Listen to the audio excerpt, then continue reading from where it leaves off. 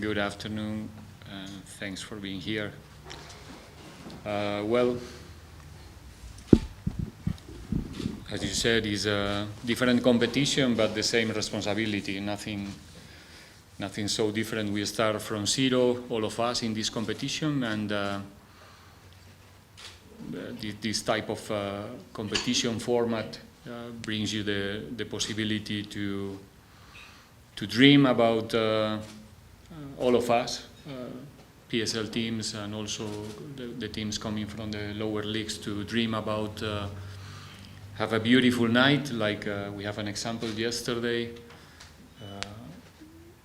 It's everywhere the same. I have to say, even where I'm coming from in Spain, when the format was different long time ago, and there were always surprises, teams like big clubs eliminated in the first or second round. So we are facing the tournament with a big respect for our opponent, ambitious, like I said, same responsibility, different competition, but our objective is to play as much as possible in the competition and find ourselves hopefully in a final, but we have to go step by step, and the first step is to face and deal with a difficult team, well organized, with some interesting individuals as well, and we know the difficulty of the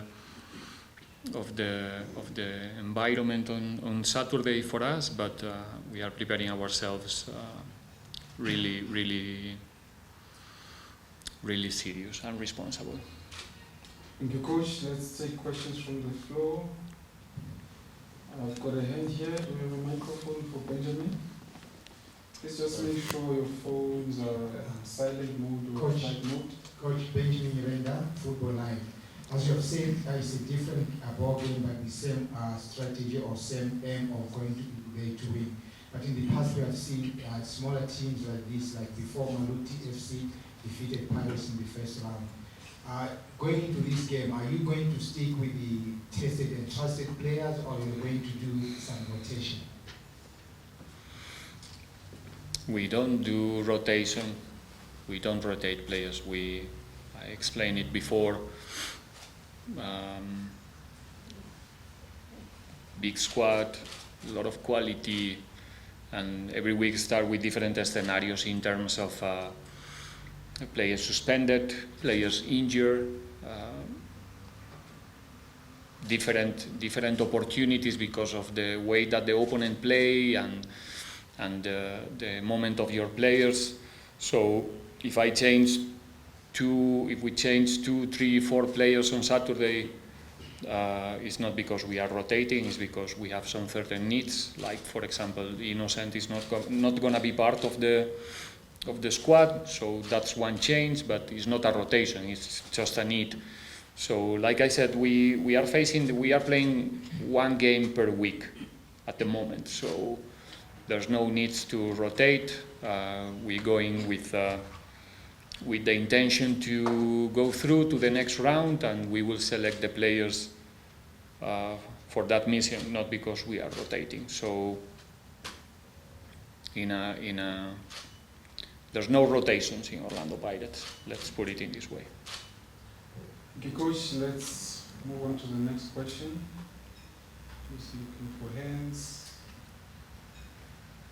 Temba Shabalala. Good afternoon, Coach. Afternoon. You come into this match, you are playing away but playing at home. I'm not sure if you I understand. Yeah.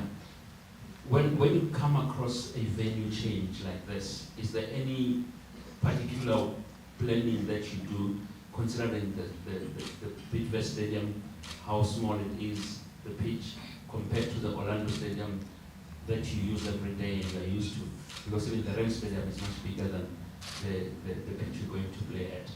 What does it require any additional planning from your side in terms of the pitch environment? You sure? It's smaller. Well, the parameter of the stadium itself, probably. I can say it's more intimate. Your fans will be at your back as you coach. Why I should be intimidated by that? don't know. But I have to answer, sorry, I'm making the question now. No, to be honest, we know the place, we know the venue. We've been there many times training this season. My time with Pirates started in that complex in the university, in the Roast. I don't remember the name of the other field, but my first trainings were there in WITS. We recently been training there in December. It's a nice place to play football, to be honest. I'm really looking forward to play there and see the stadium hopefully fully. And like you said, the fans are much more close to the field than maybe in the World Cup stadiums where we are used to play in PSL. So that will bring us will bring to the game a different atmosphere. We will try to do our best to push that atmosphere in our favor from the very first minute, and hopefully we can have a good day. But it's going to be the same field for both teams. There's no discussions, no excuses about that. It's a nice place to play football, and it's not going to be an issue for us. Okay, moving right along. Let's go to Pedro. Buenas tardes, Coach. Buenas tardes. Coach, now that you've won the cup with Orlando Pirates and going into another cup competition, how much of a burden it is to you to know that you've raised certain expectations from the ever demanding fans of Orlando Pirates for you to come into this tournament and deliver the results? And as we know that the tournament has different clubs from different divisions, and does that give you some sort of, I know what happened at the activity yesterday, but does that give you some sort of an advantage if you, considering that if you have winning players, does that give you an advantage to say, you know what, we can actually go ahead and still get our second trophy this season? Thank you.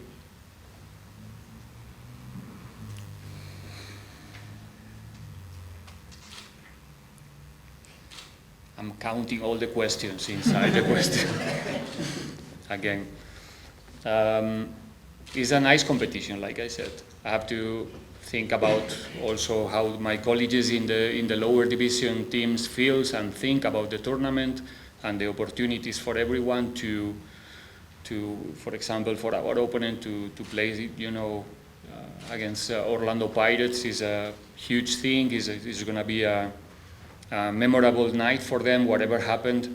And we, like I said, we respect a lot our opponent because we know how difficult it can be, because history is plenty and full of this type of surprises in knockout games. If you play in two legs, it's much more difficult, to see this type of games like we showed yesterday.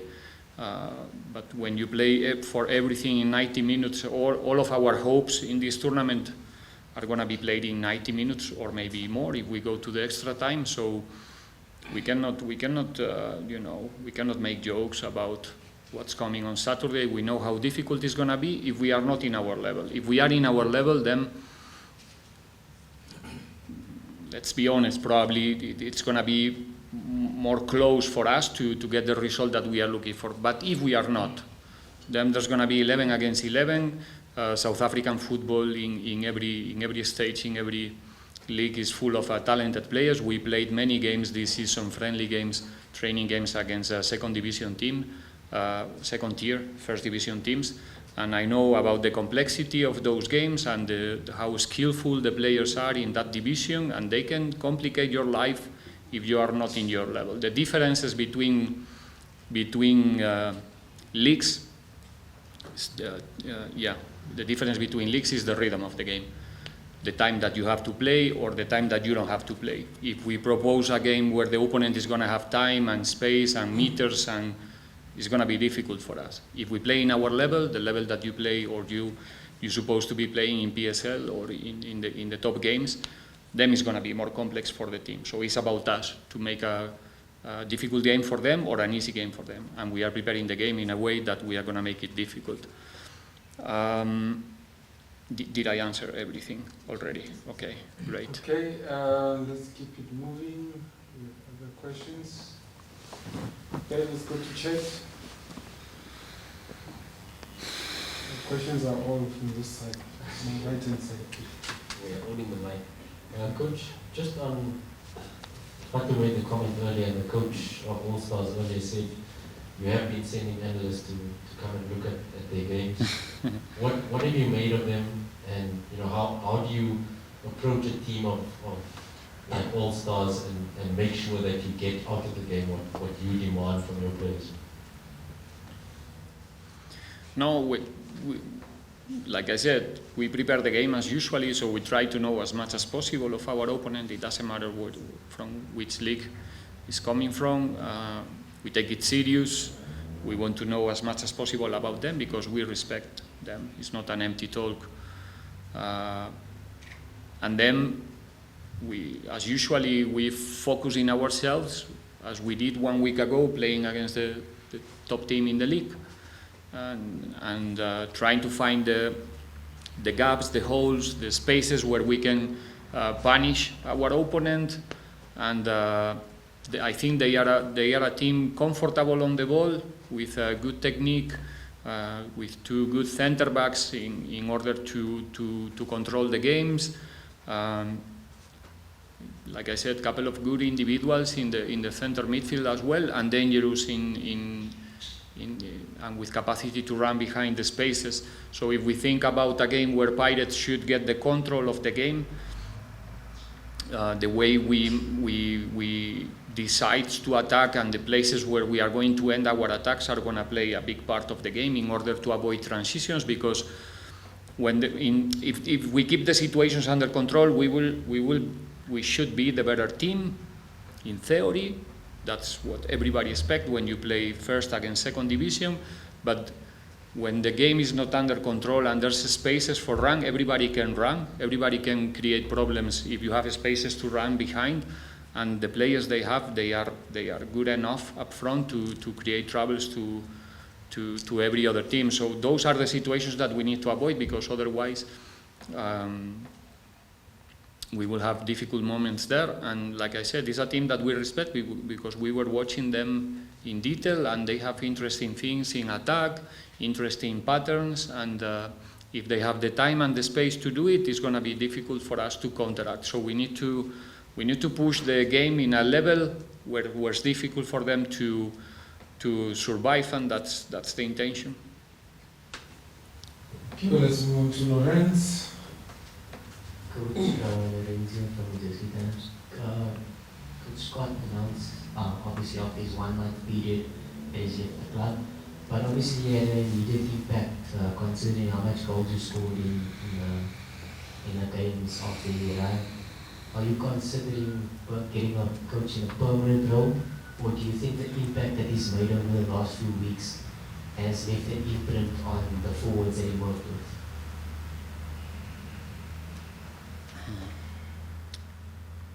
I try to say something different than the last 3 weeks. No, it's like I said, it was a new thing for all of us to have a striker coach in the staff. It was an interesting experience. I said already many times that it's going to be, in 5-6 years, it's not going to be a question in a press conference. We're not going to talk about this because it's going to be an ordinary thing in every team, in my opinion. Like I said, it was a first touch with that experience for all of us in the staff, for the club. We are in a club which is always looking for improvement in every area, every department. We try to go ahead in like I said, in many different departments, and the presence of Scott was positive. We try to continue also from the things that we learned from Scott to implement in our group, to continue working on it, and who knows, maybe in the future Scott or somebody else is part of our staff. It's something that we still have possibilities to discuss. And yeah, who knows, maybe it's coming somebody to coach every other department. Like I said, I think it's going to be the future is about especially for me as a head coach, how to learn how to work with a figure like that, and try to get as much as possible of presence of a specialist like Scott in the group. Okay, coach. Last round of questions. Just looking for new hands. I've noted you, Benji. Okay, in the absence of new hands, Benjamin. Coach, just a follow-up question on the team. As you said, Mayela will be missing the game. Is it on a suspension, injury, or what? And following on that, can we expect to see the Cameroon striker and Makaula? Can we see them on Saturday playing or starting all on the bench? No, Innocent is suspended. He got a yellow card against Sundowns. The last game is not going to be available on Saturday. That's the reason. Maru is our player and Makhaula is our player, so it's a possibility that you will see them on Saturday in WITS, 8 o'clock. But let's see, still our -1 training is coming tomorrow, and let's see what happens tomorrow, and let's see what happens Saturday, but it's a possibility.